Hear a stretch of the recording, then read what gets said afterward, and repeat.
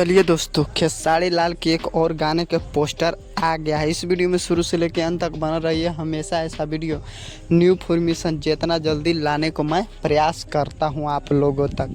खेसारी लाल जब भी गाना गाते हैं भोजपुरी इंडस्ट्री में, तो भोजपुरी इंडस्ट्री में धमाल मचा के रख देते हैं। लेकिन गाना एक और आया है, जिस खेसारी लाल के गाने के पोस्टर आया है, जिस गाना का नाम है दिलवा चोरी करके। दिलवा चोरी करके एक गाना तो बवाल और धमाल मचा रहा है भोजपुरी इंडस्ट्री में।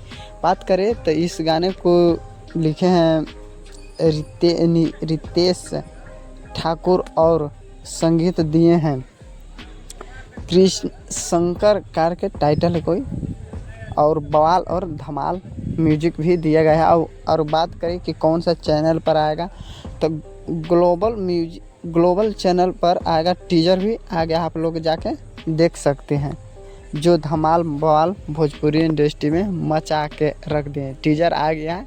आप लोग नहीं देखें तो जाके देखिए। और भोजपुरी, और बात करें गाना कब आएगा, तो गाना कल सुबह 6:30 में 6:30 बजे आ जाएगा। बवाल और धमाल भोजपुरी इंडस्ट्री में आप लोग मचा दीजिए। हम हमेशा ऐसा वीडियो न्यू फॉर्मेशन जितना जल्दी लाने को मैं प्रयास करता हूँ। पूरा वीडियो देखने के लिए धन्यवाद।